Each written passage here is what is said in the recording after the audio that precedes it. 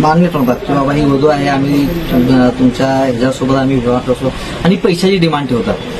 पैसे मागतात, पैशासोबत सोन्याची डिमांड असते त्यांची की बाबा वधूसाठी साडी सोबत एवढं सोनं द्यायचं आणि एवढे पैसे द्यायचे. आता ह्या केसमध्ये त्यांना 10 ग्रॅमचं मनी मंगळसूत्र, झुबे आणि असं काही तर 25 ग्रॅमची त्यांना मागणी होती आणि पैशाची 1,51ची मागणी होती.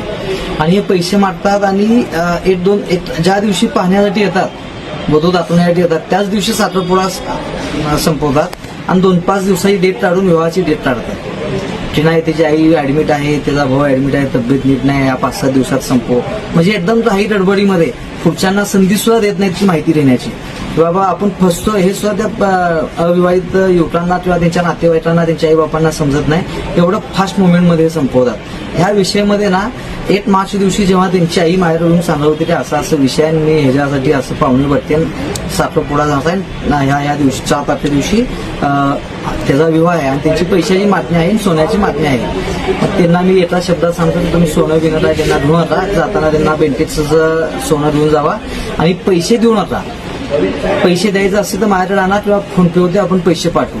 त्यांना आपण पैसे देण्याच्या बहाण्याने इथं आणून आपण त्यांना पैसे देताना व्हिडिओ काढून त्यांच्या एवढी माहिती याच्यात काढून असेल की बाबा त्यांची पद्धत कशी आहे. ज्या दिवशी ह्या फसवणुकीची घटना असेल त्याच दिवशी जे व्हिडिओमध्ये जी युवती दिसते नववधू म्हणून, तिच्या बहिणीचं पण कुठं तर विवाह झाला आहे आणि त्याच्याकडून त्यांनी पैसे देतात 1,51 असं त्या व्हिडिओमध्ये नमूद आहे. तिचा जो तथाकथित मामा आहे तो सांगतोय. म्हणजे यांची टीम एवढी मोठी आहे, एका टीममध्ये कमीत कमी 5-6 युवती असतात वधू म्हणून आणि 2-5 बायका असतात, एक 5-7 एजंट असतील, असं 8-10 जणांची त्यांची टीम असते. असे 50 ते 60 जणांचा ग्रुप आहे, 60 ग्रुप आहेत असे, आणि हे फसवतात. काही ठिकाणी तर जे वेश्या व्यवसाय करणारे जे एजंट आहेत हेच वेश्या बायकांना नववधू म्हणून दाखवतात आणि फसवणूक करतात आणि 2-5 दिवसात ज्या दिवशी विवाह होते त्या दिवशी किंवा त्याच्या पुढच्या दिवशी ते गडप होतात. काही ठिकाणी सत्यनाथांची पूजा होऊ देतात आणि 6व्या-7व्या दिवशी ते गडप होतात.